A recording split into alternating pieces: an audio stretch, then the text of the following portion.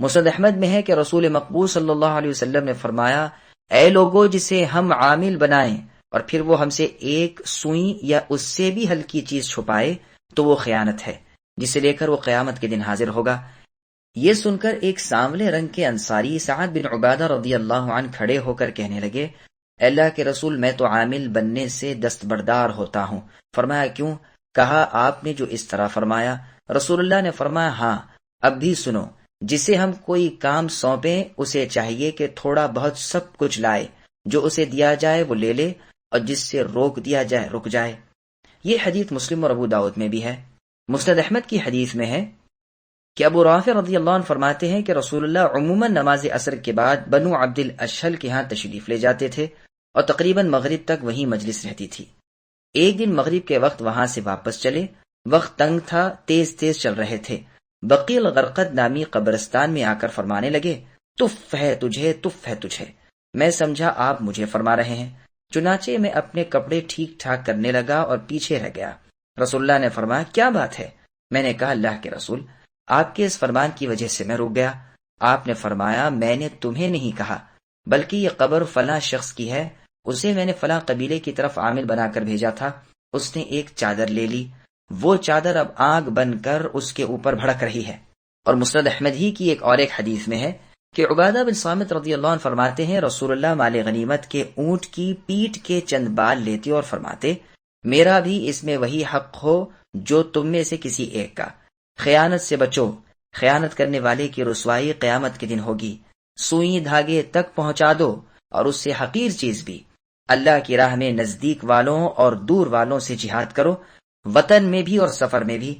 جہاد جنت کے دروازوں میں سے ایک دروازہ ہے۔ جہاد کی وجہ سے اللہ تعالیٰ مشکلات سے اور رنج و غم سے نجات دیتے ہیں۔ اللہ کی حدیں نزدیک و دور والوں میں جاری کرو، اللہ کے بارے میں کسی ملامت کرنے والے کی ملامت تمہیں نہ روکے۔ اس حدیث کا بعض حصہ ابن ماجہ میں بھی مروی ہے۔ نیز ابو داؤد میں ہے کہ ابو مسعود انصاری رضی اللہ عنہ فرماتے ہیں کہ مجھے جب رسول اللہ نے عامل بنا کر بھیجنا چاہا تو فرمایا، اے ابو مسعود، جاؤ، ایسا نہ ہو کہ میں تم کو قیامت کے دن اس حال میں پاؤں کہ تمہاری پیٹھ پر اونٹ ہو جو آواز نکال رہا ہو، جسے تم نے خیانت سے لے لیا ہو۔ میں نے کہا، اللہ کے رسول، پھر میں تو نہیں جاتا۔ آپ نے فرمایا، اچھا، میں تم کو زبردستی بھیجتا بھی نہیں۔ مسند احمد کی حدیث میں ہے کہ خیبر کی جنگ والے دن صحابہ کرام رضی اللہ عنہم آنے لگے اور کہنے لگے، فلاں شہید ہے، فلاں شہید ہے۔ جب ایک شخص کی نسبت یہ کہا تو رسول اللہ نے فرمایا، ہرگز نہیں، میں نے اسے جہنم میں دیکھا ہے، کیونکہ اس نے غنیمت کے مال کی ایک چادر خیانت کر لی تھی۔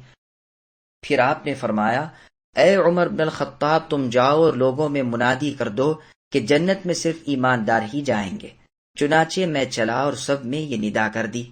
یہ حدیث مسلم اور ترمذی میں بھی ہے۔ امام ترمذی رحمہ اللہ اسے حسن صحیح کہتے ہیں۔ ابن جریر میں ہے کہ ایک دن عمر رضی اللہ عنہ نے عبداللہ بن انیس رضی اللہ عنہ سے صدقات کے بارے میں تذکرہ کرتے ہوئے فرمایا، کیا تم نے رسول اللہ صلی اللہ علیہ وسلم کا یہ فرمان نہیں سنا کہ آپ نے صدقات میں خیانت کرنے والے کی نسبت فرمایا، اس میں سے جو شخص اونٹ یا بکری لے لے وہ اسے قیامت والے دن اٹھائے ہوئے ہوگا؟ عبداللہ رضی اللہ عنہ نے فرمایا، ہاں۔ یہ روایت ابن ماجہ میں بھی ہے۔ مسند احمد میں ہے کہ مسلمہ ابن عبد الملک رحمۃ اللہ علیہ کے ساتھ روم کی جنگ میں سالم ابن عبداللہ بھی تھے۔ ایک شخص کے اسباب میں کچھ خیانت کا مال بھی نکلا۔ سردار لشکر نے سالم رحمہ اللہ سے اس کے بارے میں فتویٰ پوچھا تو آپ نے فرمایا، مجھ سے میرے والد عبداللہ رضی اللہ عنہ اور ان سے ان کے والد عمر بن الخطاب رضی اللہ عنہ نے بیان کیا ہے کہ رسول اللہ نے فرمایا، جس کے اسباب میں تم چوری کا مال پاؤ اسے جلا دو۔ راوی کہتا ہے، میرا خیال ہے یہ بھی فرمایا، اسے سزا دو۔ چنانچہ جب اس کا مال بازار میں نکالا تو اس میں ایک قرآن شریف بھی تھا۔ سالم رحمہ اللہ سے پھر اس کی بابت پوچھا گیا، آپ نے فرمایا، یا اسے بیچ دو اور اس کی قیمت صدقہ کر دو۔ یہ حدیث ابو داؤد اور ترمذی میں بھی ہے۔ امام علی بن مدینی رحمہ اللہ اور امام بخاری رحمہ اللہ فرماتے ہیں یہ حدیث منکر ہے۔ امام دارقطنی فرماتے ہیں صحیح ہے، کہ یہ سالم رحمہ اللہ کا اپنا فتویٰ ہے۔ امام احمد اور ان کے ساتھیوں کا قول بھی یہی ہے۔ حسن بصری رحمہ اللہ بھی یہی کہتے ہیں۔ علی رضی اللہ عنہ فرماتے ہیں، اس کا اسباب جلا دیا جائے اور اسے مملوک کی حد سے کم مارا جائے اور اس کا حصہ نہ دیا جائے۔ امام مالک، شافعی اور جمہور علماء رحمہم اللہ کا مذہب اس کے برخلاف ہے۔ یہ کہتے ہیں اس کا اسباب نہ جلایا جائے، بلکہ اس کے مثل اسے تعزیر یعنی سزا دی جائے۔ امام بخاری رحمہ اللہ فرماتے ہیں رسول اللہ نے خائن کے جنازے کی نماز سے انکار کر دیا اور اس کا اسباب نہیں جلایا، واللہ اعلم۔ سنن نبی داؤد میں ہے کہ رسول اللہ کی عادت مبارکہ تھی کہ جب مال غنیمت آتا تو آپ بلال رضی اللہ عنہ کو حکم دیتے اور وہ لوگوں میں منادی کرتے کہ جس جس کے پاس جو ہو لے آئے۔ پھر آپ اس میں سے 5واں حصہ نکال لیتے اور باقی کو تقسیم کر دیتے۔ ایک مرتبہ ایک شخص اس کے بعد بالوں کا ایک گچھا لے کر آیا اور کہنے لگا، اے اللہ کے رسول، میرے پاس یہ رہ گیا تھا۔ آپ نے فرمایا، کیا تو نے بلال کی منادی سنی تھی جو 3 مرتبہ ہوئی تھی؟ اس نے کہا ہاں۔ فرمایا، پھر تو اس وقت کیوں نہ لایا؟ اس نے عذر بیان کیا۔ آپ نے فرمایا، اب میں ہرگز نہ لوں گا، تو ہی اسے لے کر قیامت کے دن آنا۔ ایماندار اور بے ایمان برابر نہیں۔ اللہ تعالیٰ پھر آگے فرماتے ہیں کہ اللہ کی شرع پر چل کر اللہ تعالیٰ کی رضامندی کے مستحق ہونے والے، اللہ کے ثوابوں کو حاصل کرنے والے، اللہ کے عذابوں سے بچنے والے، اور وہ لوگ جو اللہ کے غضب کے مستحق ہوئے اور جو مر کر جہنم میں ٹھکانہ پائیں گے، کیا یہ دونوں برابر ہو سکتے ہیں؟ قرآن کریم میں اور جگہ ہے کہ اللہ کی باتوں کو حق ماننے والا اور اللہ سے اندھا رہنے والا برابر نہیں۔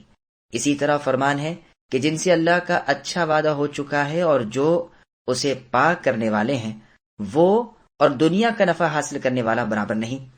پھر فرماتے ہیں کہ بھلائی اور برائی والے مختلف درجوں پر ہیں، وہ جنت کے درجوں میں ہیں اور یہ جہنم کے طبقوں میں، جیسے اور جگہ ہے وَلِكُلٍّ دَرَجَاتٌ مِّمَّا عَمِلُوا، یعنی ہر ایک کے لیے ان کے اعمال کے مطابق درجات ہیں۔ پھر آگے اللہ نے فرمایا، اللہ ان کے اعمال دیکھ رہے ہیں اور ان قریب ان سب کو پورا بدلہ دیں گے، نہ نیکی ماری جائے گی اور نہ بدی بڑھائی جائے گی، بلکہ عمل کے مطابق ہی جزا و سزا ہوگی۔ نبی صلی اللہ علیہ وسلم بشر یعنی انسان ہیں۔ پھر اللہ فرماتے ہیں کہ مؤمنوں پر اللہ کا بڑا احسان ہے کہ انہی کی جنس سے ان میں اپنا پیغمبر بھیجتے ہیں کہ لوگ اس نبی سے بات چیت کر سکیں، پوچھ گچھ کر سکیں، ساتھ اٹھ بیٹھ سکیں اور پوری طرح نفع حاصل کر سکیں، جیسے اور جگہ اللہ نے فرمایا وَمِنْ آيَاتِهِ أَنْ خَلَقَ لَكُم مِّنْ أَنفُسِكُمْ أَزْوَاجًا، یہاں بھی یہی مطلب ہے کہ تمہاری جنس سے تمہارے جوڑے اللہ نے پیدا کیے۔ اور جگہ ہے قُلْ إِنَّمَا أَنَا بَشَرٌ مِثْلُكُمْ، کہ اے نبی آپ کہہ دیجئے کہ میں تم جیسا ہی انسان ہوں، میری طرف وحی کی جاتی ہے کہ تم سب کا معبود برحق اللہ ایک ہی ہے۔ اور فرمان ہے وَمَا أَرْسَلْنَا مِن قَبْلِكَ مِنَ الْمُرْسَلِينَ إِلَّا إِنَّهُمْ لَيَأْكُلُونَ الطَّعَامَ وَيَمْشُونَ فِي الْأَسْوَاقِ، یعنی اے نبی آپ سے پہلے بھی جتنے رسول ہم نے بھیجے وہ سب کھانا کھاتے تھے اور بازاروں میں چلتے پھرتے تھے۔ اور جگہ ہے وَمَا أَرْسَلْنَا مِن قَبْلِكَ إِلَّا رِجَالًا نُوحِي إِلَيْهِم مِّنْ أَهْلِ الْقُرَىٰ، یعنی آپ سے پہلے بھی اے نبی ہم نے مردوں کو ہی وحی کی تھی جو بستیوں کے رہنے والے تھے۔ اور ارشاد ہے یا معشر الجن والانس الم یأتکم رسل منکم، یعنی اے جنوں اور انسانوں کیا تمہارے پاس تم میں سے ہی رسول نہیں آئے تھے؟ الغرض یہ پورا احسان ہے مخلوق کی طرف، انہی میں سے رسول بھیجے گئے تاکہ وہ پاس بیٹھ اٹھ کر بار بار سوال جواب کر کے پوری طرح دین سیکھ لیں۔ بس اللہ تعالیٰ فرماتے ہیں وہ اللہ تعالیٰ کی آیتیں یعنی قرآن کریم انہیں پڑھاتے ہیں اور اچھی باتوں کا حکم دے کر اور برائیوں سے روک کر ان کی جانوں کی پاکیزگی کرتے ہیں، اور شرک و جاہلیت کی ناپاکی کے اثرات ان سے زائل کرتے ہیں اور انہیں کتاب اور سنت سکھاتے ہیں۔ رسول صلی اللہ علیہ وسلم کے آنے سے پہلے تو لوگ سراسر صاف بھٹکے ہوئے تھے، ظاہر برائی اور پوری جہالت ان میں تھی۔